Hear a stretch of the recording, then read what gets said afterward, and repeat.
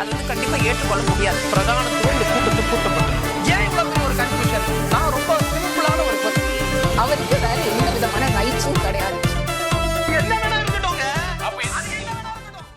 நேர்பட பேசு நிகழ்ச்சிக்கு உங்கள் அனைவரையும் அன்போடு வரவேற்கின்றேன். இன்றைய நிகழ்ச்சியில் நாம் வாதிக்க இருக்கக்கூடிய தலைப்பு என்பது, சமீபத்தில் திரு செல்வ பெருந்தகை அவர்கள் திரு டாக்டர் ராமதாஸ் அவர்களை சந்தித்திருந்தார்.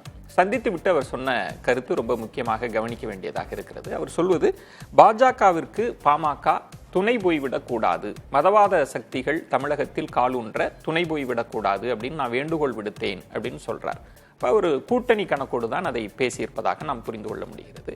இதற்கு எதிர்வினையாற்றி இருக்கக்கூடிய திரு அன்புமணி ராமதாஸ் அவர்கள் சொல்வது, பாமகவை அழிக்கும் சூழ்ச்சியாகவே ராமதாஸை சந்திக்கிறார்கள், புகழ்கிறார்கள் அப்படின்னு சொல்லியிருக்கிறார். அப்ப பாமகவை பலவீனப்படுத்தக்கூடிய ஒரு முயற்சி நடக்கிறதா? இதையும் நம்ம பேச வேண்டியிருக்கிறது. நாம் விவாதிக்க இருக்கக்கூடிய தலைப்பு என்பது, என்ன காய் நகர்த்துகிறது திமுக? இதுதான் தலைப்பு. நான் விருந்தினர்களை உங்களுக்கு அறிமுகம் செய்து விடுகிறேன். பத்திரிகையாளர் ஜீவ சகாப்தன் அவர்கள், வணக்கம் ஜீவா. அடுத்து பத்திரிகையாளர் திரு பீர் முகமது அவர்கள், வணக்கம். அரசியல் விமர்சகர் வழக்கறிஞர் பொன் வில்சன் அவர்கள், வணக்கம் வில்சன். மூத்த பத்திரிகையாளர் திரு மணி அவர்கள், வணக்கம் மணி. மணி, உங்களிடமிருந்தே தொடங்குறேன். முதல்ல இந்த செல்வ பெருந்தகை அவர்கள் டாக்டர் ராமதாஸ் அவர்களை ஏன் சந்தித்தார்ன்ற ஒரு கேள்வி. மரியாதை நிமித்தமான சந்திப்புன்னு அவர் சொல்றார். ஆனா அதுக்கு பிறகு சொல்றார் பாஜகவுக்கு துணை போகக்கூடாது அப்படின்னா என்ன சொல்ல வர்றாரு? என்டிஏ கூட்டணிக்கு போயிடாதீங்கன்னு சொல்லுவதற்காக போயிருக்காரா? அவங்க ஆல்ரெடி என்டிஏல தான் இருக்காங்க. அது ராமதாஸே சொல்கிறாரு. இவ்வளோ பேசக்கூடிய ராமதாஸ் அவர்கள், நீங்கள் என்டிஏல இருக்கீங்களான்னு அந்த கேள்விக்கு இது வரைக்கும் பதில் சொல்ல முடியாதுன்றார். சரி, இவ்வளவு அக்கறை இருக்கக்கூடிய செல்வ பெருந்தகை அவர்கள் இந்த முயற்சியை 2024 மக்களவைத் தேர்தலின் போது எடுத்திருந்தால் அதில் ஓரளவு லாஜிக் இருந்திருக்கும். அப்போ அவங்க அந்த மாதிரி எந்த முயற்சியும் எடுக்கல. அப்போ திடீர்னு இப்போ போக வேண்டிய அவசியம் உங்களுக்கு என்ன வந்தது? கடந்த 38 வாரங்களாக ப்ரெஸ் கான்ஃபரன்ஸில் தொடர்ந்து டாக்டர் அன்புமணி மகனை பற்றி தான் டாக்டர் ராமதாஸ் அவர்கள் பேசுகிறாரே அல்லாமல் பிஜேபியை பற்றி அவர் விமர்சிக்கல, திமுகவை பற்றி விமர்சிக்கல, அதிமுகவை பற்றி விமர்சிக்கல. ஆகவே இந்த சூழ்நிலையில் செல்வ பெருந்தகை அவர்கள் திடீரென்று போய் டாக்டர் ராமதாஸ் அவர்களை சந்திக்கிறார். அதுவும் வெளியில் நீங்கள் பிஜேபி கூட்டணிக்கு போயிடக்கூடாதுன்னா அதுலேயே விவரப்பிழை இருக்குது, ஃபேக்சுவல் எரர். அவர் அங்கே தான் இருக்கார். இந்த முயற்சியை நான் மறுபடியும் சொல்கிறேன் விஜயன், இது நீங்கள் மக்களவைத் தேர்தலின் கூட எடுத்திருந்தால் அதில் லாஜிக் இருந்திருக்கும். இப்போ என்ன திடீர்னு உங்களுக்கு அக்கறை? அப்போ எந்த முயற்சி நீங்கள் அதிகாரப்பூர்வமாக எடுக்கவே இல்லையா? அப்போ இப்போ திடீர்னு உங்களுக்கு என்ன அக்கறை வந்தது? ஆகவே டாக்டர் அன்புமணி அவர்கள் நேற்றைக்கு அவங்களோட அந்த சோஷியல் மீடியா இதில் மீட்டிங்கில் பேசும்போது சொன்னது, இவர்கள் திமுக இதை உடைக்க பார்க்கிறார்கள் என்பது. முதல்ல அவர் சொல்லும்போது நான் நம்பலை. இப்போ அந்த அன்புமணி அவர்களுடைய கருத்தில் நியாயம் இருக்கிறது என்று தான் தோன்றுகிறது. அதாவது இதில் இவர்கள் திமுகவும் அதனுடைய கூட்டணி கட்சிகளும் அட்வான்டேஜ் எடுக்கிறாங்கன்னு தான் எனக்கு தோணுது. ஏன்னு கேட்டிங்கன்னா, இப்போ செல்வ பெருந்தகை அவர்கள் திமுக தலைமையின் ஆசீர்வாதம் இல்லாமல் டாக்டர் ராமதாஸ் அவர்களை சந்தித்திருக்க மாட்டார் என்று நான் உறுதியாக நம்புகிறேன். ஏன்னா இது ரொம்ப சீரியஸ் இஷ்யூ. அவங்க பார்ட்டிக்குள்ளே இப்போ ஃபேமிலிக்குள்ளே ஒரு பெரிய பிரச்சனை ஓடுது, சீரியஸாக போயிட்டுருக்குது. அதில் கூட்டணியை இங்கே முடிவு செய்வது முதலமைச்சர் தான், அது எல்லாருக்கும் தெரியும். ஸ்டாலின் அவர்கள் தான் கூட்டணியை முடிவு செய்கிறாரு. ஏற்கனவே ஒரு தடவை விஜய் அவர்களுக்கு அழைப்பு விடுத்துட்டு அதுக்கு பிறகு தன்னுடைய சொந்த கருத்துன்னு அவர் சொன்னார். உங்களுக்கு ஞாபகம் இருக்குன்னு நினைக்கிறேன், செல்வ பெருந்தகை அவர்கள். அப்படி இருக்கும்பொழுது டாக்டர் ராமதாஸ் அவர்கள் பாமக ஒரு முக்கியமான ஒரு கட்சி தமிழகத்தில், கிட்டத்தட்ட 4% 5% வாக்குகளை வைத்திருக்கக்கூடிய கட்சி. அவர்கள் கட்சியில் முதன்முறையாக ஒரு பெரிய பிரச்சனை ஓடிக்கிட்டு இருக்குது ஃபேமிலிக்குள்ளே. முதல்ல எல்லாரும் அது சீக்கிரமாக அது அடங்கிடும், சால்வ் ஆகிடும் தான் நினச்சோம். ஆனால் அது நம்மளுடைய யூகத்தைக்கும் நம்மளுடைய கணிப்புகளை மீறி அங்கே பிரச்சனை ரொம்ப புறையோடி போயிருக்குன்னு தெரியுது. ராமதாஸ் அவர்கள் தொடர் பேட்டிகள் நீங்க சொல்றது ஊர்ஜித பிரச்சனை பெருசு அப்படின்றத நம்ம தெளிவாக, யார் பக்கம் நியாயம் யார் பக்கம் அநியாயம், நான் மெரிட்ஸ் ஆஃப் த கேஸ்க்குள்ளே போக விரும்பலை, அது வேற டிபேட். ஆனால் அங்கே ஒரு பெரிய பிரச்சனை ஓடுதுன்னு தெரியும் பொழுது ஒரு கட்டத்தில் அது சால்வ் ஆகிடும்னு கூட நம்ம நினச்சோம். நான் நினச்சேன் பர்சனலாக கூட. பட் அது இல்லை. அவர் தொடர்ந்து பெரியவர் டாக்டர் ராமதாஸ் அவர்கள் அதை எஸ்கலேட் பண்ணிக்கிட்டே தான் போகிறார். அந்த பின்புலத்தில் பார்க்கும் பொழுது தமிழ்நாடு காங்கிரஸ் கமிட்டி தலைவர் போய் அவரை பார்க்குறாருன்றது ஒரு முக்கியமான நிகழ்வு. நான் உறுதியாக நம்புகிறேன் திமுக தலைமையின் மு.க. ஸ்டாலின் அவர்களுடைய ஆசீர்வாதம் இல்லாமல் இந்த சந்திப்பு நிகழ்ந்திருக்காது என்பதுதான் என்னுடைய கணிப்பு. பலவீனப்படுத்துற திட்டமா இல்ல கூட்டணிக்கு கொண்டு வர திட்டமா இருக்கும்? இல்ல, அங்கதான் 2-3 கருத்துக்கள் இருக்கின்றன. ஏன்னா ஒன்று, கட்சி இன்னெவிட்டபிளி அது பிளவை நோக்கி போகிறது என்றால் ராமதாஸ் இந்த பக்கம் பாமகவை இந்த பக்கம் இழுக்கக்கூடிய, ராமதாஸ் தலைமையிலான பாமகவை இந்த பக்கம் இழுக்கக்கூடிய வாய்ப்பாகவும் அது இருக்கலாம். அல்லது அவர் இப்போ அரசியலுக்கு அப்பாற்பட்டு வன்னியர் சங்கம் தான் கண்ட்ரோல் இருக்குன்னு அவர் சொல்கிறதால வாக்குகளை திமுக பக்கம் திருப்புவதற்காக அவரை கன்வின்ஸ் பண்ணுறதாகவும் இருக்கலாம். நீங்கள் இதோடு சேர்ந்து பார்க்க வேண்டிய இன்னொரு நிகழ்வு என்னன்னு பார்த்தீங்கன்னா, நம்முடைய விசிக எம்பி நம்ம ரவிக்குமார் அவர்கள் புகழ்ந்து, பெரிய அளவில் புகழ்ந்து டாக்டர் ராமதாஸ் அவர்களை பேசுகிறார். அது இன்னும் ஆச்சரியமான ஒரு விஷயமா இருக்குது. ஏன்னு கேட்டிங்கன்னா பாமக இருக்கக்கூடிய கூட்டணியில் நாங்கள் இருக்க மாட்டோம் என்று அவர்கள் சொல்லுகிறார்கள். அப்படி இருக்கும்போது அந்த கட்சிக்குள்ள மறுபடியும் சொல்றேன் விஜயன், இது கட்சிக்குள்ள ஒரு கொள்கை பிரச்சனையா இருந்ததுன்னா வேற. இது என்ன பிரச்சனைன்னு இது வரைக்கும் ரெண்டு பேருமே சொல்லலையே. மகனே வாரந்தோறும் அப்பா திட்டுறாரு, வசை மாறி பொழிகிறார். இது கடந்த பல வாரங்களாக நடக்குது. இதில் என்ன பாலிடிக்ஸ் வந்தது? இந்த இஷ்யூவில் இந்த ஸ்டாண்ட் எடுத்தாருன்னு சொல்லி ஏதாவது சொன்னாரா? ஒரே ஒரு முறை 24 மக்களவைத் தேர்தல்களின் பொழுது பிஜேபி கூட்டணிக்கு போகிறத பற்றி அவர் சொன்னார். அப்போ இவருடைய சமூகத்தின் பேரில் தான் அது போச்சு. மோடி என்னுடைய நெருங்கிய நண்பர் என்றார், மோடியை கட்டிப்பிடித்து கொண்டு நின்றார். இவ்வளவும் அவர் இன்ன வரைக்கும் கூட பிஜேபியை எதிர்த்து எந்த விதமான கருத்தையும் அவர் தெளிவுபடுத்தல. மத்திய அரசாங்கத்துடைய செயற்பாடுகள் அந்த இடம் அமைதியா தான் இருக்கிறார். அமைதியா அதுல நீங்க இருந்துகிட்டு கூட்டணி குறித்து எது பேசினாலும் கேட்டாலும் பொதுக்குழு செயற்குழு இப்படியே போகுது. இல்லாட்டி நீங்களே எனக்கு ஒரு ஆலோசனை சொல்லுங்கன்றாரு. இதுதான் அவருடைய ராமதாஸ் அவர்கள் மெயின் பார்ட்டியா இருக்கக்கூடிய பிஜேபியை பத்தி அல்லது தமிழகத்தை ஆளக்கூடிய திராவிட முன்னேற்ற கழகத்தை பத்தியோ எந்த கருத்தையுமே அவர் சொல்லல. இந்த இடம் தான் திருமணி. இப்போ மூத்த அரசியல் தலைவர், எத்தனையோ கூட்டணி பேரங்கள் கூட்டணி வியூகங்கள் எல்லாம் அவர் இல்லாமல்லாம் இல்லை. இப்போ செல்வப்பெருந்தகை அவர்கள் பேசிவிட்டு வெளில சொல்றதுல விசிகாவில் டிமாண்ட் வச்சிருக்கிறாங்க. பாமக பாஜக இல்லாத கூட்டணி தான் நாங்க. நம்ம பேட்டியிலே திரு கார்த்திகேயன் அவர்களுக்கு சொன்னபோது அவர் சொன்னது, இல்லாட்டி நான் தனிச்சு நின்று போயிடுவேன், எனக்கு ஒன்றும் இழப்பதற்கு ஒன்றும் இல்லைன்னு தான் திரு திருமாவளவன் அவர்கள் பேசியிருக்கிறார். இந்த கேள்வியை செல்வப்பெருந்தகை அவர்களிடம் கேட்கிற போது அவர் சொல்றார், அவங்க ஏற்கனவே ஒன்னா இருந்தவங்க தானே, ஒரே கூட்டணியில் இருந்தவங்க தானே, முடிவை திரு ஸ்டாலின் அவர்கள் எடுப்பார்னு என்ன இது எதற்காக இது பேசுறாங்க? அதுதான் அங்கதான் உங்களுக்கு குழப்பம் வருது. இவங்க ரவிக்குமார் ராமதாஸ் அவர்களை புகழ்றதும், திருமாவே ராமதாஸ் அவர்களை பற்றி பெரிய அளவில் விமர்சனங்களை முன்வைக்காமல் இருப்பதும் எப்படி நீங்க இன்னைக்கு அந்த சிச்சுவேஷனை பார்ப்பீங்க? பாமக இருக்கக்கூடிய கூட்டணியில் நாங்கள் இருக்க மாட்டோம்னு சொல்றாங்க. ஆனா அந்த கட்சிக்குள்ள நடக்கக்கூடிய அது உட்கட்சி பிரச்சனை. ரவிக்குமாருக்கு விசிக்காக அதில் என்ன அக்கறை? Purely it's an internal matter. நீங்க அதை பத்தி பேச வேண்டியது அவசியமே கிடையாது. உங்களுக்கு ராமதாஸும் எனிமி தான், பிஜேபி எனிமி தான். நீங்கள் கண்டிப்பாக அந்த கூட்டணியில் இருக்க முடியாது. அப்படி இருக்கும்போது அந்த கூட்டணி அவர்கள் எங்கேயோ போகிறாங்க, எப்படியோ போகிறாங்க, உங்களுக்கு என்ன பிரச்சனை அதில்? அப்போ பாமகவும் விசிகாவும் இருக்கக்கூடிய 2011 அலையன்ஸ் வருவதற்கான சாத்தியக்கூறுகளை திமுக தலைமை எக்ஸ்ப்ளோர் பண்ணுதுன்னு தான் நம்ம அப்படி தான் எடுத்துக்க வேண்டியிருக்குது. அப்படி ஒரு திட்டம் இருக்குன்னு இல்லைன்னா நீங்கள் சொல்ல முடியாது. ஏன் செல்வப்பெருந்தகை போய் பார்க்குறாரு? செல்வப்பெருந்தகையோட சந்திப்பை நீங்கள் எடுத்துக்க முடியாது. தனிப்பட்டு அப்படி புரிந்து கொள்வது என்னை பொறுத்தவரையில் தவறான புரிதல். நமக்கு அரசியல் தெரியல. ஸ்டாலின் அவர்களுக்கு சொல்லிட்டு தான் போய் அப்படிதான் நான் சொல்றேன். அவருடைய ஆசீர்வாதம் இல்லாமல் இந்த சந்திப்பு நடந்திருக்கு. இது பெரிய விஷயங்க. இது அவங்க பார்ட்டிக்குள்ள ஒரு பெரிய பிரச்சனை நடந்துட்டு இருக்கு. வட மாவட்டங்களில் கிட்டத்தட்ட 60 தொகுதிகளில் வெற்றி தோல்வியை தீர்மானிக்கக்கூடிய ஒரு சக்தி அந்த கட்சியில் இப்ப நடந்து கொண்டிருக்கக்கூடிய விவரங்கள் கண்டிப்பாக 26 தேர்தலில் பாரதூரமான விளைவுகளை முடிவுகளில் ஏற்படுத்தும். யார் ஜெயிக்கிறாங்க தோக்குறாங்கன்னு அதுக்குள்ள போல. அப்படி இருக்கும்போது நம்ம செல்வப்பெருந்தகை அவருடைய சந்திப்பை கண்டிப்பா சாதாரணமா எடுத்துக்கொள்ள முடியாது என்பதுதான் என்னுடைய கருத்து. பீர் முகமது, இதுல கவனிக்க வேண்டிய அம்சம்ன்றது விசிக ஒரு டிமாண்டை வச்சுட்டே இருக்கிறாங்க, தொடர்ந்து அதை வலியுறுத்துறாங்க.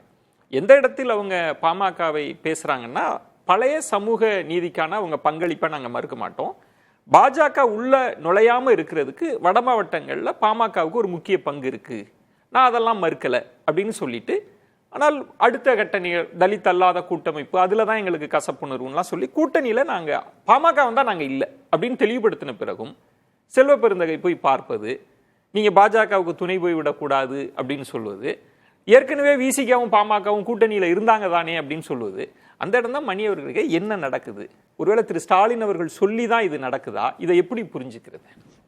இதில் 2-3 விஷயங்கள். பாட்டாளி மக்கள் கட்சியுடைய நிறுவனர் ராமதாஸுடைய தொடர் நேர்காணல்கள் 2 நாள் முன்னாடி கூட நேர்காணல்கள் வந்திருக்கு. தொடர்ச்சியாக அவர் அன்புமணி அவர்கள் என்னுடைய அறிவுரையை மீறி பிஜேபியோட இணைஞ்சார்னு ஒரு குற்றச்சாட்டை பகிரங்கமா முன் வச்சார் பல பேட்டிகள். ஆமா, அதை வெளிப்படையா சொன்னார். அது அவர் பிஜேபியோட கட்டுப்பாட்டில் இருக்காரு, இது கலந்தாலோசித்து எடுக்கப்பட்ட முடிவு இல்லை அப்படிங்கிற அளவுக்கு கூட ஒரு கட்டத்தில் அவர் வலுக்கட்டாயமாக அங்கு இழுத்து செல்லப்பட்டாருங்கிற அளவுக்கு கூட அந்த இடத்த ஒரு என்ன எந்த அளவுக்கு பாஜகவிடமிருந்து விலகி இருக்கேன்னு சொல்றதுக்கு திடீர்னு பாக்குறேன் ஏந்திரிச்சா பாரத் மாதா கி ஜெயின்னு கூட்டமா இருந்தது. யாரு தலைவர்? அண்ணாமலைன்னு சொல்றாங்க.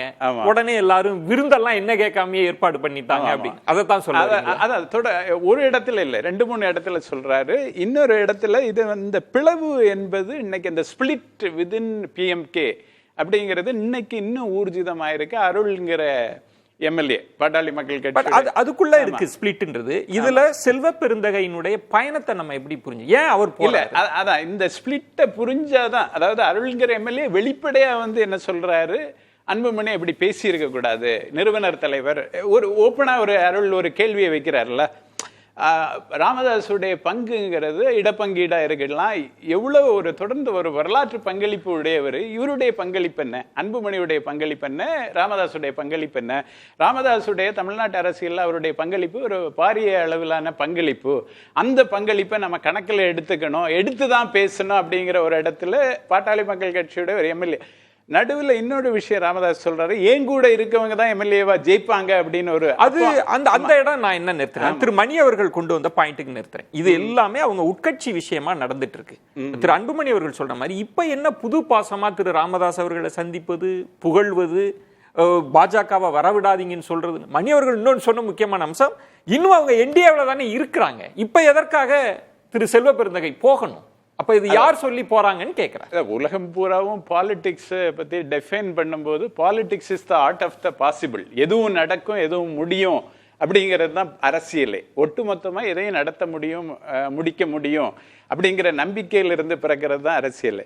இதுல மணி அவர்கள் சொல்லி த டிபேட் அப்படிங்கிற யூடியூப் சேனலுக்கு ராமதாஸ் பேட்டி கொடுத்த போது பழைய ஞாபகங்கள் எல்லாம் சொல்லியிருந்தாரு. ரொம்ப நோஸ்டாலஜிக்கா தமிழ் குடிதாங்கின்னு தம்பி திருமாவளவன் எனக்கு அந்த ஒரு பகுதியில் விடுதலை சிறுத்தைகள் கட்சியுடைய நாடாளுமன்ற உறுப்பினரான ரவிக்குமார் என்ன சொன்னாரு, அந்த பழைய நினைவுகள் எல்லாம் அவர் இன்னமும் நன்றியோட திருமாவளவன் அவர்களை திருமாவளவன் அவர்களை நினைத்து பார்த்ததால் நான் அவருக்கு நன்றி சொல்லிக் கொள்கிறேன். அப்ப அங்க ஒரு ஸ்பேஸ் ஓப்பன் ஆகுது இல்லையா? அந்த ஸ்பிளிட்டுங்கிறது அபிஷியலா இல்லாம இருக்கலாம், ஆனா ஸ்பிளிட்டுக்கான எல்லா விஷயங்களும், அந்த பிளவு, பாட்டாளி மக்கள் கட்சி பிளவுபடுகிறது, உடைபடுகிறது என்பதற்கான எல்லா விஷயங்களும் கடந்த ஒரு மாதத்தில் நடந்திருக்கிறது.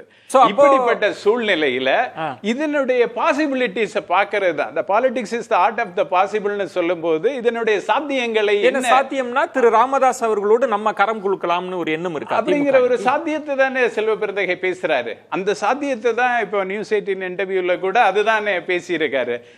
ஏன் நீங்க சொல்றீங்க திரும்ப வரமாட்டாருன்னு சொல்றீங்களே அப்படின்னு சொன்ன உடனே இல்ல அதுக்கு ஒரு இடம் இருக்கு அப்படிங்கறத தான் செல்வ பெருந்தகை பேசுறாரு. அப்போ ஒரு இடம் இருக்கு. இப்ப அரசியல்ல என்னென்ன சாத்தியங்கள் இருக்கோ அதை எல்லாத்தையுமே நீங்க அப்ரோச் பண்ணி பார்க்கணும், எல்லா ஆப்ஷன்ஸையும். ஒருவேளை பாமகவை இது ஒரு ஸ்பிளிட்ட நோக்கி போகுது, திரு அன்புமணி அதிதீவிர பாஜக நிலைப்பாடு எடுக்கிறாரு, ராமதாஸ் விலகி இருக்கிறாரு அப்படின்னா அவரு ஒரு திராவிட அரசியலோட ஒரு இன்னைக்கு வெற்றி பெறக்கூடிய அரசியல் திராவிட முன்னேற்ற கழகத்துடைய அரசியல்னு அவருடைய அரசியல் அறிவில் இருந்து அவர் புரிந்து கொள்கிறார். அந்த முடிவுக்கு அவர் வருகிறார். பாமகவை அழிக்கிற சூழ்ச்சி தந்திரம்னு திரு அன்புமணி அவர்கள் சொல்றாரு. இது திமுக செய்யுது, பாமகவை உடைக்க திமுக வேலை பார்க்குதுன்னு சொல்ற சார்ஜ் எப்படி எடுத்துக்கிறது? ரெண்டு பக்கம் சார்ஜ் இருக்குல்ல. திராவிட முன்னேற்ற கழகம் என்ன சொல்லுது, இது பிஜேபி தான் பாட்டாளி மக்கள் கட்சியை உடைக்க பார்க்குது, பையனை தனியா கூப்பிட்டு போயிட்டாங்கன்னு திராவிட முன்னேற்ற கழகம் ஏற்கனவே குற்றச்சாட்டு சொல்லுது. அதுக்கு பதில் குற்றச்சாட்டு அன்புமணி சொல்றாரு, எங்க கட்சியை உடைக்க திமுக. இந்த விஷயம் தான் இன்னைக்கு திராவிட முன்னேற்ற கழகத்துடைய அரசியல் வழிமுறைகள் ஒரு பக்கம். நீங்க சொல்றது திரு ஸ்டாலின் அவர்களே திரு ராமதாஸ் அவர்கள் அந்த பாமகவை கொண்டு வருவதற்கான ஒரு டோரை ஓபன் பண்ணலான்ற இடத்துக்கு நகர்றாங்களா? இது இது இது அரசியல் இல்ல. அதாவது நீங்க எல்லா முடிவையுமே கூட்டணியுடைய தலைவர் தான் எடுக்கணும்னு இல்லை, நீங்க எக்ஸ்ப்ளோர் பண்ணலாம். நீங்க டீம் மெம்பர் செல்வ பெருந்தகை ஒரு டீம் மெம்பரு, ஒரு டீம் பிளேயர். அவரு டீம் பிளேயர் ஒரு நான் ஒரு முடிவு எடுக்கிறேன், ட்ரை பண்றேன் அப்படின்னு சொல்றாரு. ஏதோ ஒரு டோர் ஓபன் ஆகுது, ஒரு பாசிபிலிட்டி ஓபன் ஆகுது, இன்னும் கூட்டணி வலுப்பெறுது. விசிகாவோடு நீங்கள் பேசாம நீங்க திரு செல்வ பெருந்தகை தலைவரான போதே ஒரு விசிக காங்கிரஸ் முரண் ஒன்று ஓடிட்டே இருந்தது. அது ஒன்று நம்ம பார்க்க வேண்டியதா இருக்கு. இன்னொன்று திமுகவிலேயே சில சமூக தலைவர்கள் பாமக வரணும்லாம் ஆசைப்பட்டாங்க. அதெல்லாம் தாண்டி ஒரு கொள்கை கூட்டணிலாம் முடிவு பண்ண போது நீங்க விசிகாவோடு பேசாம எந்த ஆலோசனையும் செய்யாம அந்த டோரை நம்ம எக்ஸ்ப்ளோர் பண்ணலான்ற முடிவை எப்படி எடுக்க முடியும்? இல்ல, டோர் ஓபன் ஆனாதானே அப்புறம் நம்ம அந்த வாய்ப்பையே எப்படி பேச முடியும்? இல்ல அந்த வாய்ப்பு உருவாகிறதா நீங்க பாக்குறீங்க. அந்த வாய்ப்பு என்பது நிச்சயமானது இல்லை. ஏன் உடைவே நிச்சயமானது இல்ல, விளைவே நிச்சயமானது. நீங்க இந்த பழமொழியை சொல்லிட்டு இருப்பீங்க, அரசியல்ல நம்ம எல்லா வாய்ப்பையும் ஆர்ட் ஆஃப் பாசிபிலிட்டி தான் அப்படின்றப்ப அங்க ஒரு சிக்கல் இருக்கு. ஒரு கோடு கிழிக்கிறாங்க. அதிதீவிர பாஜக நிலைப்பாட்டுக்கு அன்புமணி அவர்கள் போறாங்க. இந்த பிரச்சனைக்கே காரணம் திமுகன்னு சொல்றாங்க. அதை ராமதாஸ் மறுக்கிறார். செல்வ பெருந்தகை வெளியில என்ன சொல்றாங்கன்னா, இந்த பிரச்சனைக்கு காரணமே பாஜக அப்படின்னு. இந்த சிக்கல் போயிட்டு இருக்கு.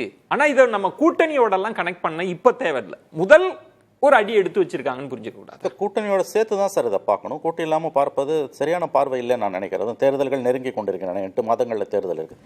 இன்னொரு பாயிண்ட் என்னன்னா, ஒரு பீர் சொன்னதில் ஒரு தவறு இருக்குன்னு நான் பார்க்கிறேன். என்னென்னா ராமதாஸ் அன்புமணி அவர்கள் அதிதீவிர பாஜக ஆதரவாளர், ராமதாஸ் அவர்கள் விலகி வைக்கிறார் கிடையாது. 2 பேருமே பிஜேபி ஆதரவாளர்கள் தான். பிஜேபியை எதிர்த்து ஒரு வாரத்தை கூட இன்றைக்கு ராமதாஸ் அவர்கள் கடந்த பல வாரங்களாக வியாழக்கிழமை பிரஸ் கான்ஃபரன்ஸ்லேயே, அதற்கு பிறகு பல ஊடகங்களுக்கு அவர் கொடுத்த பேட்டியிலே ஒரு வார்த்தை கூட அவர் இன்றைக்கு பாஜகவுடைய அரசியலை பற்றி பேசவில்லை. இது சிக்கல் என்னன்னு கேட்டிங்கன்னா, இது ஷேடோ பாக்ஸிங் தான் நடக்குது. முழுக்க அந்த ஃபேமிலிக்குள்ளே இருக்கக்கூடிய பிரச்சனை. அது 2 பேருமே உண்மையான பிரச்சனையை பேச மறுக்கிறாங்க. இன்னொன்று நான் சொல்கிறேன், இது அத்தனையுமே கூட டாக்டர் ராமதாஸ் அவர்கள் ரொம்ப நுட்பமான, ரொம்ப மதிநுட்பம் உள்ள, ரொம்ப எக்ஸ்பீரியன்ஸ்டு பாலிட்டிஷியன் அவர். இது எல்லாத்தையுமே கூட ஒரு பார்கெனிங்காக பண்ணலாம்.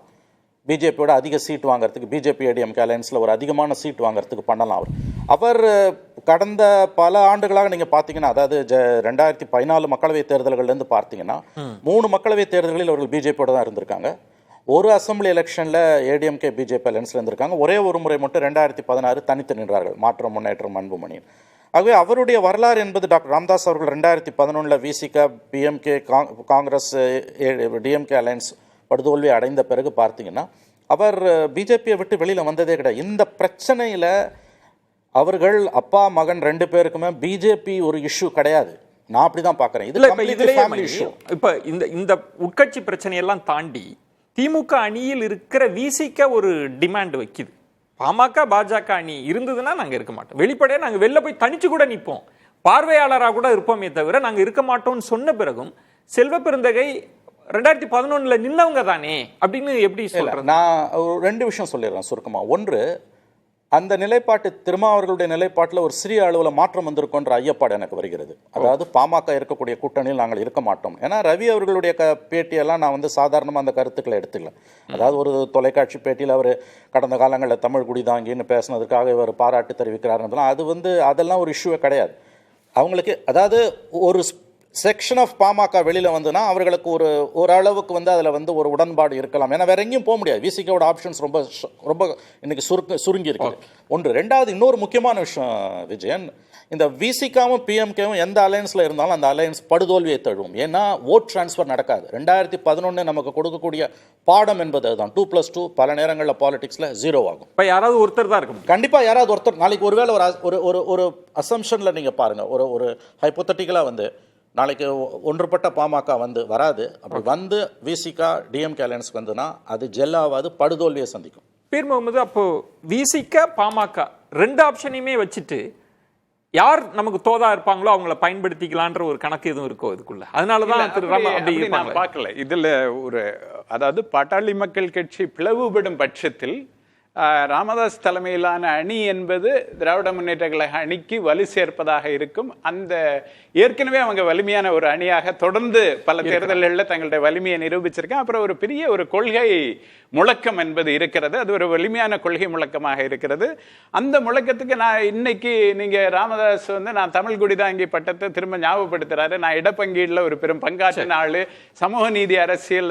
அவர் இன்னொரு விதமா பார்க்கணும், ஒரு எக்ஸ்பீரியன்ஸ்டு பாலிட்டிஷியனா 2026 திமுக சாதகமாக இருக்குங்கிற ஒரு இடத்துல நான் இந்த அணியில ஒரு 5 எம்எல்ஏவை உருவாக்கிட்டேன்னா பாமக என்னோட கண்ட்ரோல்ல வந்துடும்ல.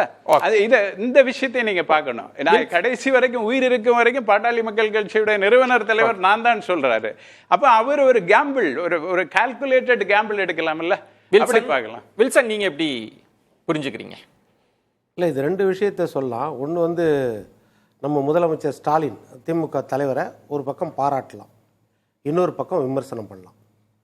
இது மிகச்சிறந்த காய் நகர்த்தல் திமுக தலைவர் எடுத்திருக்கிறது.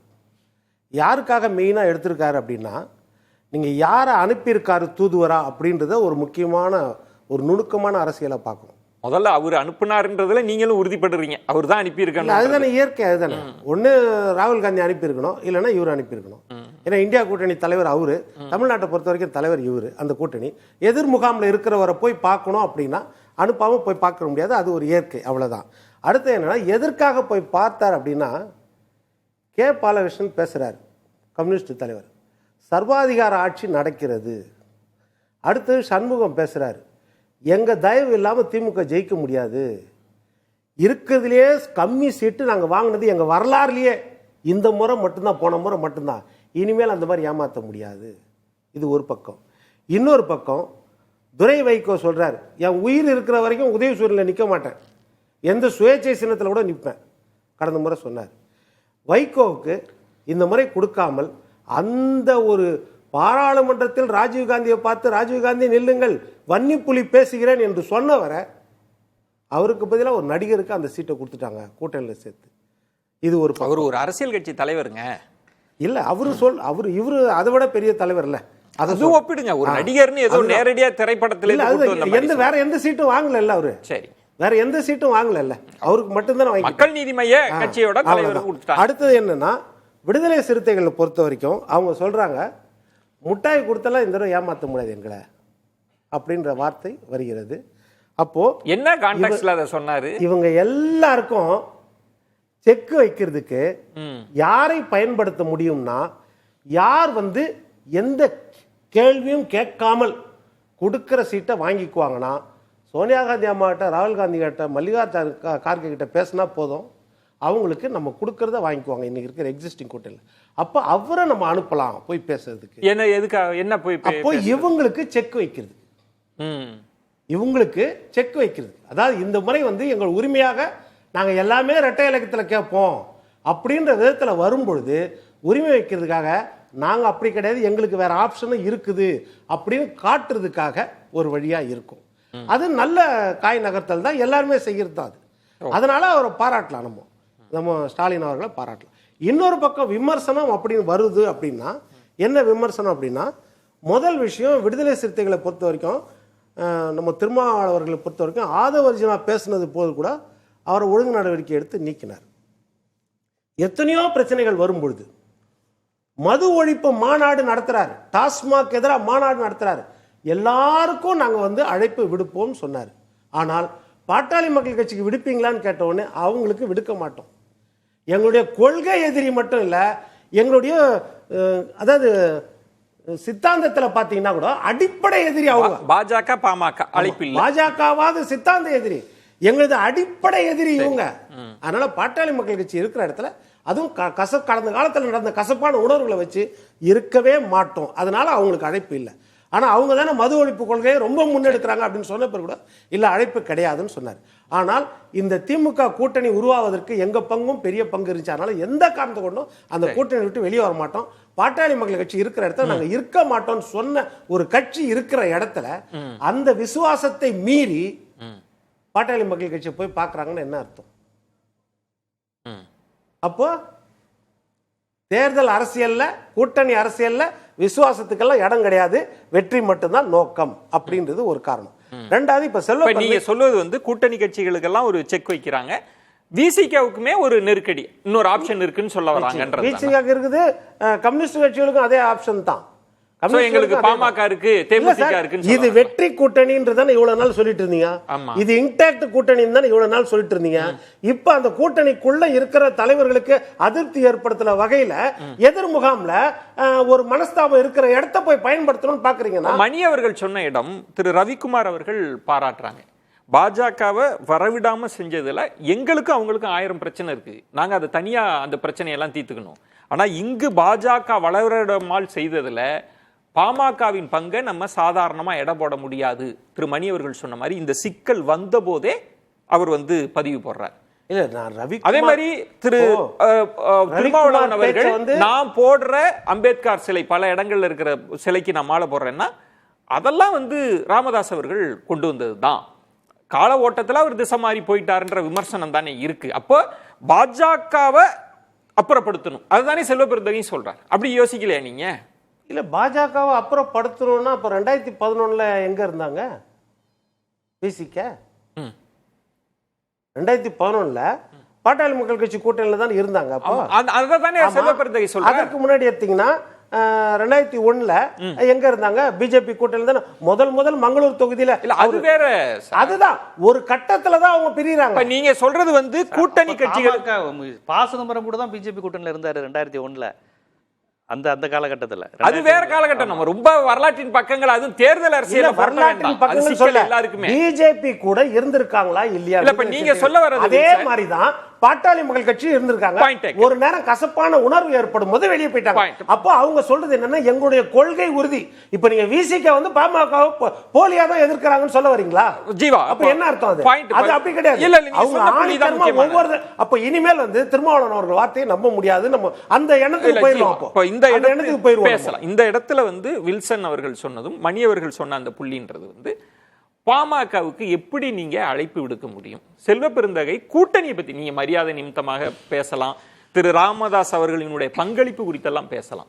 நீங்க கூட்டணிக்கான அதாவது பட்டும் படாம அவருக்கே உரிய பாணியில செல்வ பெருந்தகை பேசுறாரு. உள்ளுக்குள்ள விசிகேன்னு இருக்குல்ல, நீங்க எப்படி அதை பத்தி பேச முடியும்? இல்லை, இப்போ இதை ஒரு தேர்தல் அரசியல் கடந்த கால அரசியலில் இருந்து இதை வந்து திமுக கூட்டணிக்குள்ளே இருக்கக்கூடிய கட்சிகளுக்கான ஒரு எதிர்மறையாகவும் அவர்களை த்ரெட்டன் செய்ய திமுக யூஸ் பண்ணுச்சுங்கிற மாதிரியான ஒரு கருத்து, அவங்களுடைய கருத்தை பதிவு செய்கிறாங்க அப்படிங்கிற கருத்தை சார் வந்து பதிவு செய்கிறாங்க. நான் வந்து இதை அப்படி பார்க்கல. இதில் நிறைய நேர்மறை அம்சங்கள் இருப்பதாக பார்க்குறேன். ஏன்னா வெறும் தேர்தல் அரசியல் பவர் பாலிடிக்ஸ்க்கு அப்பாற்பட்டு தமிழ்நாட்டினுடைய முற்போக்கு மரபுக்கு ஒரு ஆரோக்கியமான விஷயமாக தான் பார்க்குறேன். அதான் நான் இதை எப்படி பார்க்குறேன்னா, திமுகவை பற்றி சொல்லுவாங்க, டாக்டர் ராமதாஸ்னா கலைஞர் வந்து வீரபாண்டிய ஆறுமுகம், எம்ஆர்கே பன்னீர்செல்வம், துரைமுருகன் அனுப்புவார், மற்றவங்கள்ட்ட இவங்கள்ட்ட விஜயகாந்த்கிட்ட ஆற்காடு வீராசாமி அனுப்புவார், அவர் தெளிவாக ஆட்களை பயன்படுத்துவாருங்கிற மாதிரி ஒரு பொதுவான ஒரு பார்வை உண்டு. இந்த முறை டாக்டர் ராமதாஸை அனுப்புறதுக்கு செல்வ பெருந்தகையை அனுப்பியிருக்கிறாங்க. அவங்க ஸ்டாலின் அனுப்புனதாகவே இருக்கட்டும், ஸ்டாலினே சொல்லி அனுப்புனதாகவே இருக்கட்டும், நமக்கு அது டைரெக்டாக 100 விழுக்காடு தெரியல. ஆனால் செல்வ பெருந்தகை தனித்து போயிருக்க வாய்ப்பு இல்லைங்கிறது தான் என்னுடைய கருத்துமே. அவர் சொல்லியே அனுப்புனதா இருக்கட்டுமே, செல்வ பெருந்தகை போயிருக்கிறார். இதுவே ஒரு சமூக நீதியில் ஒரு சரியான ஒரு அரசியல் பார்க்குறேன். ஒரு செல்வ பெருந்தகை போயிருக்கிறாரு. அகில இந்திய காங்கிரஸ் கட்சியினுடைய தலைவர், ஒரு தலித் சமூகத்தில் முன்னாடி தலித் கட்சிகள்லாம் இருந்த ஒருவர் வந்து டாக்டர் ராமதாஸை பார்த்து மருத்துவர்கிட்ட நான் ரொம்ப அன்பா கனிவான விசாரிச்சேன். அது இஷ்யூ இல்ல. நீங்க யார் போய் சந்தித்தார்கள், தூதுவர்கள் என்ன நிறம்னு வச்சு பேசுறதுல நமக்கு சரியா அதுவே முதல்ல ஆரோக்கியமான விஷயம் தான் பாக்குறேன். அதுவே நல்ல விஷயம் தான். ஏன்னா இப்ப பிரச்சனை என்ன ஆகுதுன்னா, பாமக வெர்சஸ் விசிகா வந்து திருப்பி இவங்க ரெண்டு பேரும் எப்படி ஜெல்லாவாங்க அப்படிங்கிற அந்த ஒரு கேள்வி வருது. இல்ல அது வேண்டாம்.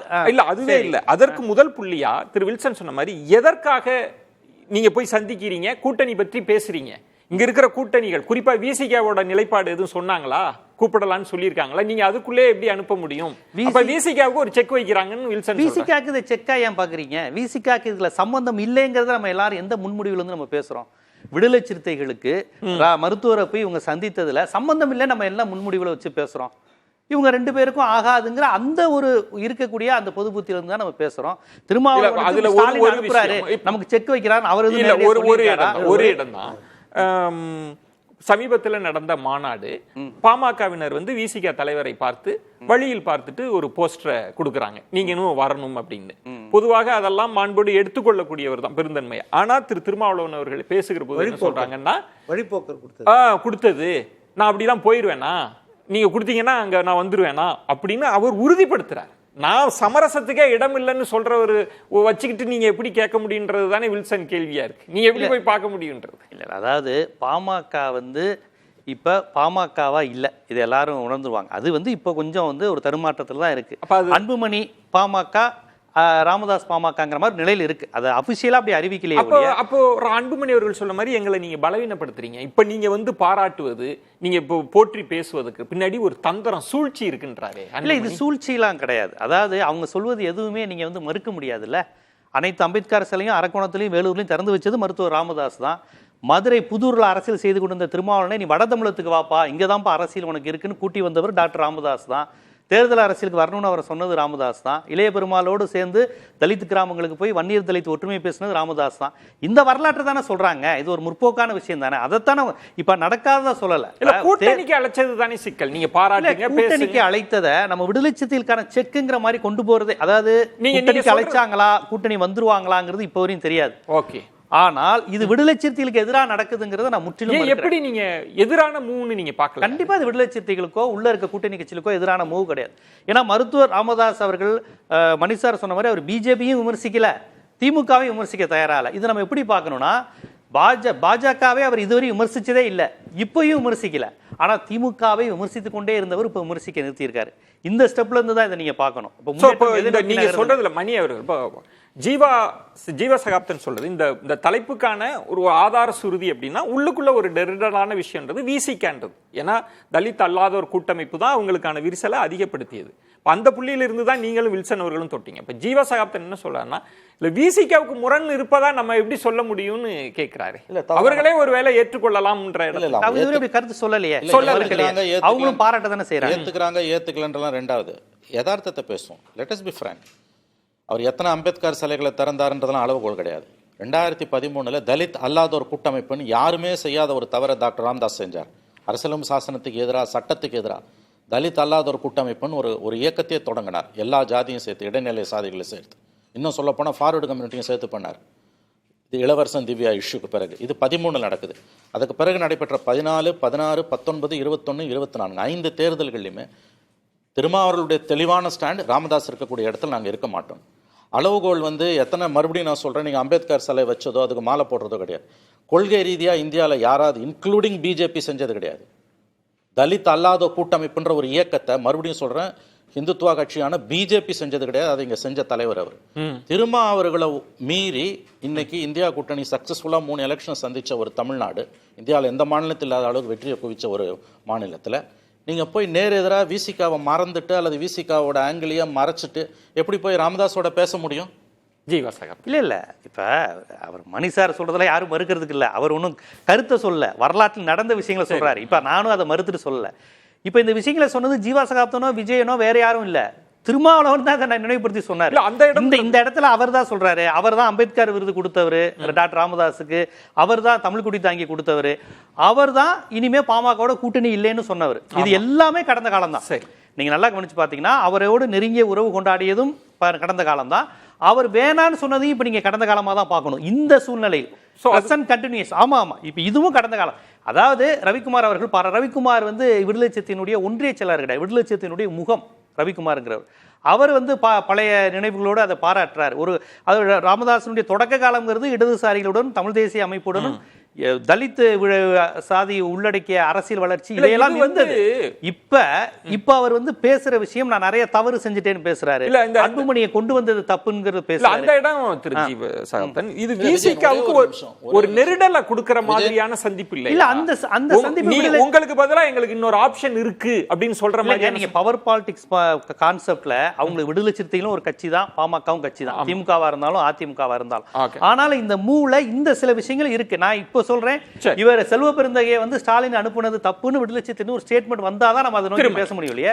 அவங்களும் சார்பா தானே பேசுறாங்க. நான் செஞ்ச தவறு அன்புமணியை கொண்டு வந்தது என்பது தனி மனித விவகாரம். அளவுகோல் அது அல்ல. ராமதாஸ் மனம் மாறிவிட்டது என்பதற்கு. நான் தலித் அல்லாத ஒரு கூட்டமைப்பை உருவாக்கியது தவறுன்னு சொன்னார்னா அப்ப ராமதாஸ் நம்ம மதிக்கலாம், நம்பலாம். அது அவர் வாயிலிருந்து வருமா?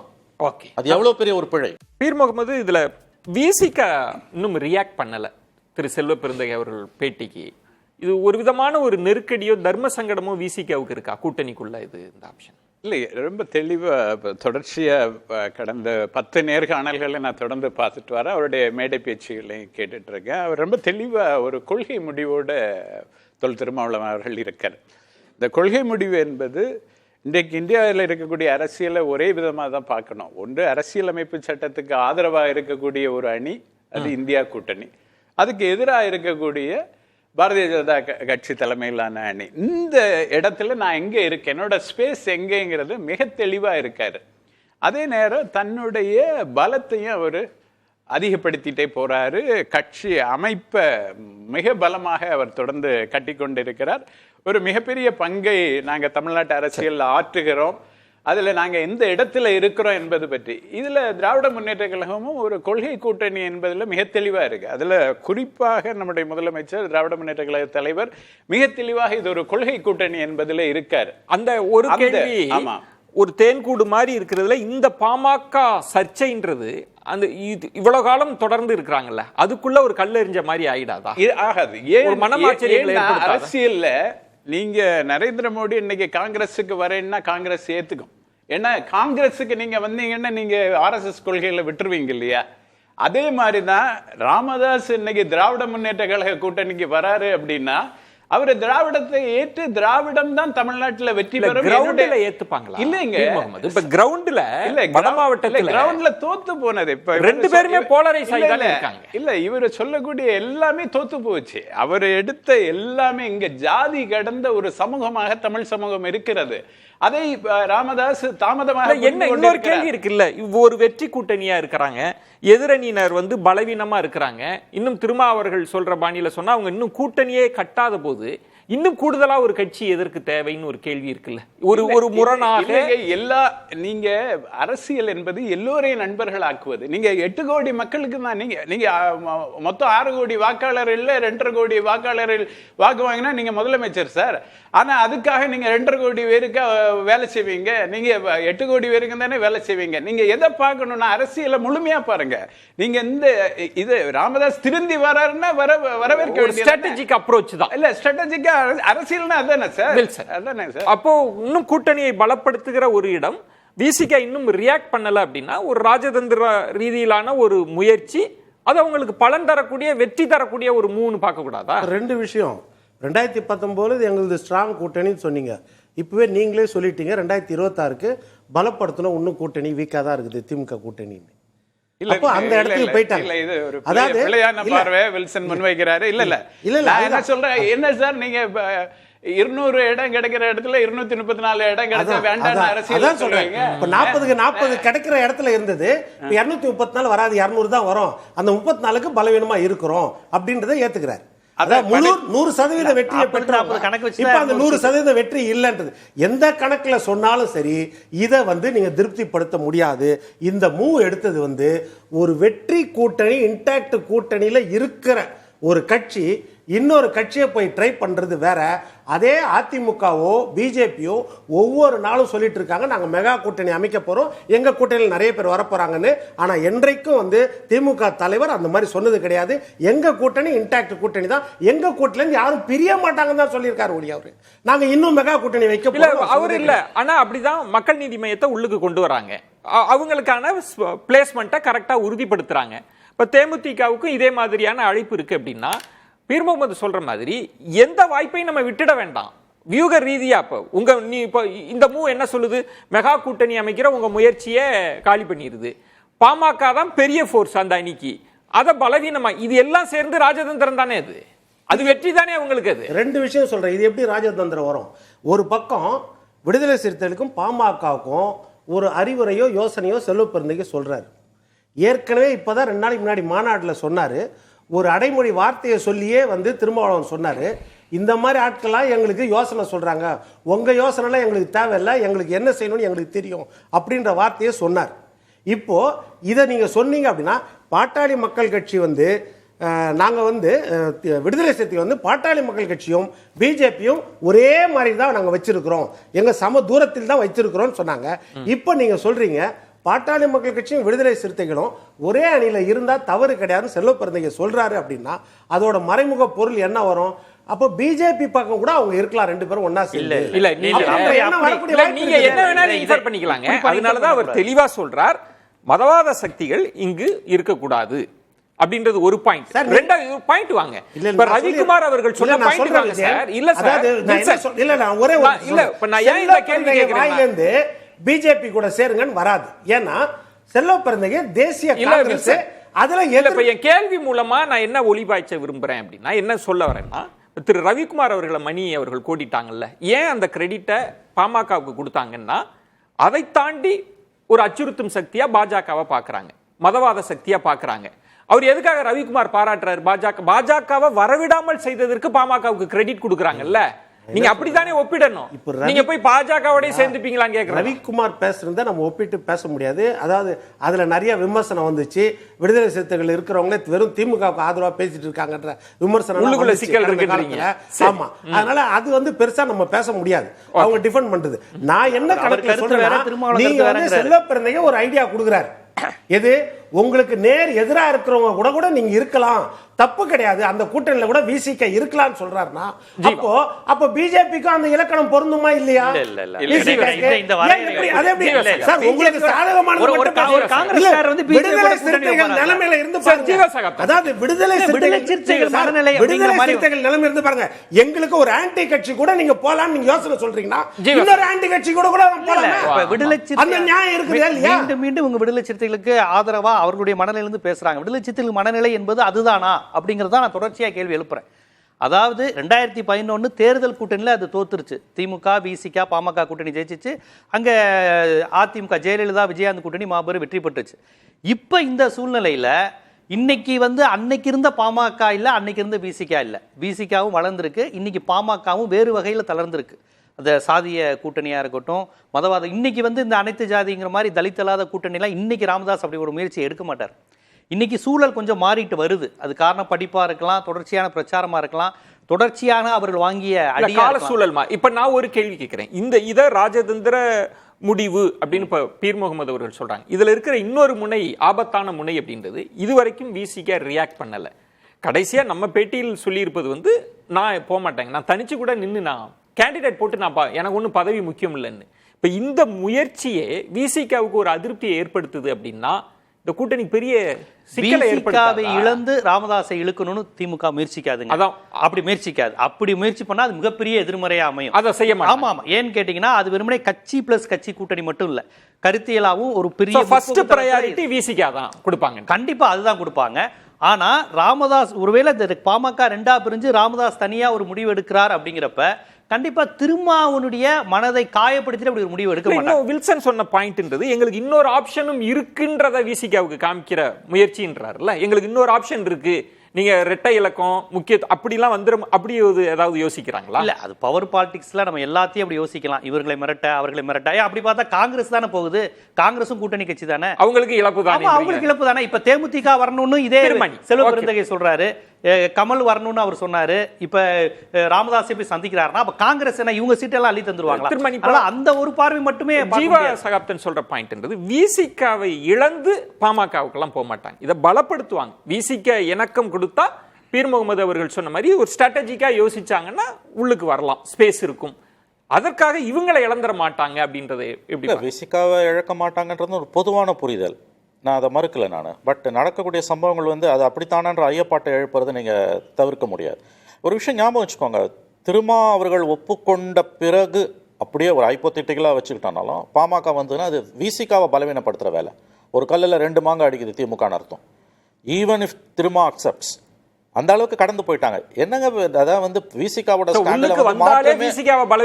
அப்சல்யூட்லி அதுதான் உண்மை. திருமா அவர்கள் அவரோட விசிகாவோட நிலைப்பாட்டில் இன்னைக்கு என்ன மாற்றம்லாம் சொல்றாங்க. என்னங்க பேசுறீங்க நீங்க? 14 தேர்தலுக்கு பிறகு அவருடைய ராமதாஸோட ஸ்டாண்ட் என்ன? இன்னைக்கு திரும்பவும் நான் சொல்றேன், முதல்ல ஆரம்பிச்ச இடத்துக்கு வந்தேன்னா இது வரைக்கும் இந்த பிரச்சனையில கொள்கை ரீதியா பிஜேபி ஏற்றி என்ன பேசியிருக்காரு? அவர் ஏதாவது ஒரு இஷ்யூல பேசியிருக்காரு? அவர் வாய் திறந்து ஒரு வார்த்தை சொல்லியிருக்காரு? அது என்ன சண்டைன்னே புரியல. முழுக்க அப்பாக்கும் மகனுக்குமான சண்டை, அவங்க குடும்ப சண்டை இன்னைக்கு நடுத்தருவுக்கு வந்திருக்குது. ஒரு இயக்கத்தை ஒரு வடமாநில மாவட்டங்கள் ஒரு 60 தொகுதிகளில் இன்ஃப்ளூயன்ஷியலாக இருக்கக்கூடிய ஒரு பார்ட்டி, ஒரு கம்யூனிட்டி அங்கே இன்னைக்கு பிரச்சனையில் நிற்குது. இதில் எப்படி நீங்கள் அவங்கள உள்ளே இழுக்கிறதால எல்லாரும் ஒன்றாயிடுவாங்க, ஜெல்லாயிடும் நீங்கள் சொல்கிறீங்க. உள்ளே வந்தாங்கனாலே விசிக்காக அது பெரிய அவமானம், அவங்க தங்களுடைய சுயத்தன்மையை இழப்பார்கள். மணி ரத்தின சுருக்கமா என்ன காய் நகர்த்துகிறது திமுகன்னா ஒரு 2 வரியிலன்னா எப்படி சம்ம பண்ணுவீங்க? பேசுனதுதான் என்ன திமுகவோட கணக்கு சம்மப்பா சொல்ற ஒரு அதாவது இப்ப யாரை சூஸ் பண்ணிருக்காங்கன்றது முக்கியமான ஒரு விஷயம். அது செல்வ பெருந்தகை போனது. ஏன்னா ஒரு நண்பர்கள் சொன்ன மாதிரி இதற்கு முன்னால சமூகம் சார்ந்த அமைச்சர்களை சூஸ் பண்ணுவாங்க. இப்ப செல்வ பெருந்தகையை சூஸ் பண்ணுது. கண்டிப்பா இது ஒரு விசிகாக்கும் ஒரு மெசேஜ் தான். பட் பாமக உள்ள வரும்னு எனக்கு நம்பிக்கை இல்லை. செல்வ பெருந்தகை உள்ள வந்ததுல ஒரு டிஸ்அட்வான்டேஜ் ஆர் அட்வான்டேஜ் என்னன்னா, பிஜேபி இனிமே இந்த இஷ்யூ கையில் எடுக்கும், சமாதானம் செய்து வைக்கப்படும் நான் நம்புறேன். பாமக 24ல் பிஜேபி பக்கம் போறதுக்கு என்ன நிர்பந்தம், சோகால் நிர்பந்தம் அவர்களுக்கு இருந்ததோ அது 26ல் அதை விட அதிகமாக இருக்கும். அதனால பாமகக்குள்ள இருக்க பிரச்சனை சரி செய்யப்படும், அவர்கள் என்டிஏ கூட்டணியில் தொடருவார்கள் என்பதுதான் என்னுடைய நம்பிக்கை. காங்கிரஸ் வந்ததுனால பாஜகவும் இந்த இஷ்யூ, காங்கிரஸ் உள்ள வந்ததால ஒரு நன்மைன்னு நினைக்கலாம். பீர் முகமது ரத்தின சுருக்கமா திமுகவோட ஏற்கனவே திராவிட முன்னேற்ற கழகம் ஓரணியில் தமிழ்நாடு, தமிழ் சமூக ஒற்றுமைக்கான இதில் வெற்றி பெற்றால், ஒருவேளை இந்த முயற்சியில் வெற்றி பெற்றால் இது தமிழ் சமூக ஒற்றுமைக்கான அடுத்த கட்ட நகர்வாக இது முன்வைக்கப்பட்டு ஒரு பெரிய பரப்புரையாக முன்னால் போகும். அதில் ஒருவேளை பின்னடைவு ஏற்பட்டால் கூட அது திராவிட முன்னேற்ற கழக கூட்டணிக்கு எந்த இழப்பையும் ஏற்படுத்தாது. உங்க பார்வை இல்லை, இந்த முயற்சி வந்து ஒரு ஹெக்ஸாகன் ஷேப்ல இருக்கிற திமுக வந்து ஆக்டகனா மாத்தலாமான்னு ஒரு முயற்சி பண்றதுல அது பென்டகனா மாறினாலும் மாறிடலாம். கணித படிச்சீங்களா? அரசியல்லையே கணிதத்தை சொல்லி 6 முகப்பு இருக்கிறது 8 முகப்பா மாறலாம் அப்படின்ற ஒரு முயற்சி பண்றாங்க. அது 5 முகப்பா மாறக்கூடிய வாய்ப்பும் ஏற்படலாம். ஏனென்றால் இது ஒரு பக்கம். இன்னொரு பக்கம் பாத்தீங்கன்னா நீங்க இவர் ராமதாஸ் ஐயா சொல்றது வந்து இப்ப அது எந்த விஷயத்துல அப்படின்னா 2022 தான் மாநில அவர் தலைவராகவே வரார் அன்புமணி அவர்கள். ஆனால் அவர் என்ன விருப்பம் கடந்த 2024 தேர்தல்னா அதிமுக தலைமையில் ஒரு கூட்டணி இருந்துச்சுன்னா அதுல பிஜேபி இருந்துச்சுன்னா நம்ம போயிருக்கலாம். பிஜேபி தலைமையில போறதை விட அதிமுக கிட்ட போலாம், திமுக கிட்ட போலாம்னு அவர் எந்த காலத்திலும் சொல்ல. அப்பவும் அவர் சொன்னது அதுதான் மறந்துடும். பிஜேபிக்கு போவானான்னு ராமதாஸ் சொன்னாருன்னு சொல்றோம், அதிமுக தான் போகணும்னு சொன்னார் அவரு. இப்ப திமுக பத்தி பேசல. விடுதலை சிறுத்தைகள், முற்போக்காளர்கள் எல்லாரும் அச்சப்பட்ட எதிரியாக பார்த்த பாமக இப்ப தளர்ந்து இருக்குங்கிறத நம்ம ஒத்துக்கணும். அது மட்டும் இல்ல, தைலாபுரத்துக்கு அடிக்கடி குருமூர்த்திகள் வருவதை விட செல்வ பெருந்தகை போறதோ அல்லது திருமாவளவன் ராமதாஸ் அவர்களை சந்திப்புங்கிறது கேடான விஷயம் கிடையாது. குருமூர்த்திகள் போவது பாமகக்கும் கேடு, நாட்டுக்கும் கேடா நான் பார்க்குறேன். செல்வ பெருந்தைகள் போகிறத வந்து நம்ம வெறுமனே பவர் பாலிடிக்ஸாக மட்டும் இல்லாமல் அடுத்து ஒரு சமூக நீதி அடிப்படையில் அது வேற மாதிரி இருக்குன்னு பார்க்குறேன். ஆனால் இதெல்லாம் கண்டிப்பா நடக்கான்னு சொல்ல முடியாது. இப்ப இருக்க ஊகத்துல தான் பாக்குறேன். அதான் மீண்டும் மீண்டும் சொல்றேன். அவர் ஒரு வலதுசாரியா முழுமையா போறதை விட உடஞ்சி இவர்கள் பார்ப்பதால் ஒன்றும் பெரிய கேடு இல்லைன்னு தான் என்னுடைய பார்வை. நன்றி. சிறப்பு விருந்தினர்களுக்கு என்னுடைய நெஞ்சம் நிறைந்த நன்றிகளை தெரிவித்துக் கொள்கிறேன். மற்ற கண்டிப்பா ஏற்றுக்கொள்ள முடியாது. பிரதான கூட்டப்பட்டது. ஏன் இவ்வளவு ஒரு கன்ஃபியூஷன்?